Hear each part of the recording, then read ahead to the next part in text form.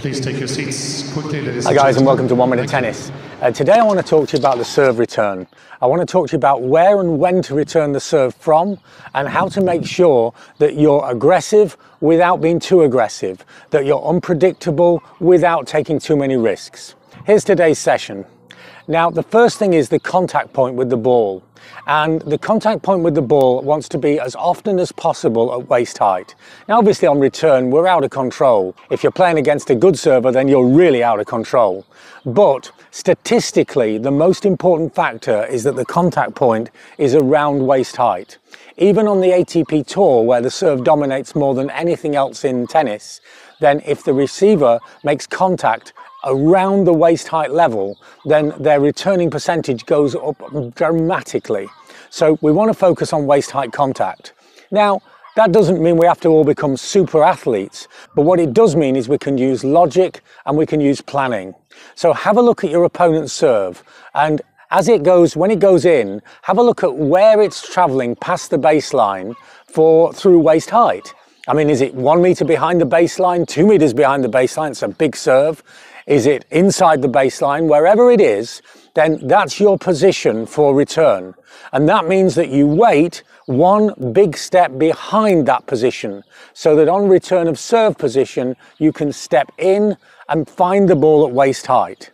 Remember, there'll be at least 2 positions here, because on the second serve, then very often the ball is a little bit shorter. Although if a player's got an excessive kick serve, it can even be further back. Either way, look for where your opponent's serve travels through waist height around the baseline in your return position, and then position yourself so that you're able to make the stroke from there. And then we want to be aggressive, but not too aggressive. We don't want to be predictable, but we don't want to be thinking before every point about what we plan to do. So I think about this as like the old-fashioned knights in armor. And the knights in the past, they used to have a shield and they had a sword.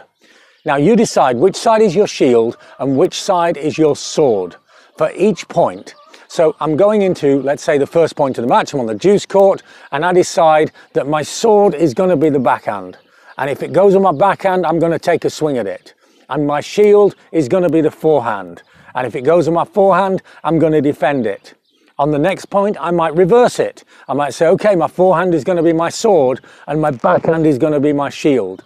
By keeping changing between the sword and the shield, the opponent, it's very difficult for them to figure out where you're going to be aggressive from and where you're attacking and when you're defending from. So 3 things from today: the position, get that position right. Think about it, examine it. The second thing is which one is the sword and which one is the shield, and keep changing between every single point. And the third factor from today is to know whether you're being aggressive enough or too passive, or what balance you've got. So a simple question I ask all players at the end of a set or a match: how many returns did you miss?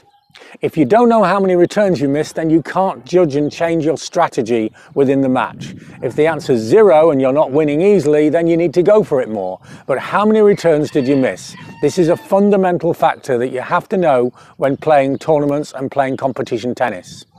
Hope this makes sense. Apply it to your game. Let us know in the comment section how it works for you. We love the dialogue there. Don't forget to like, share and subscribe to the channel, please. And remember, if you need more help with your game, we do one-to-one online lessons. It's a unique service. It's very complete with video analysis and a lot more. And the information on this is below. Thanks for watching, and see you next time for more unique tennis lessons that really work.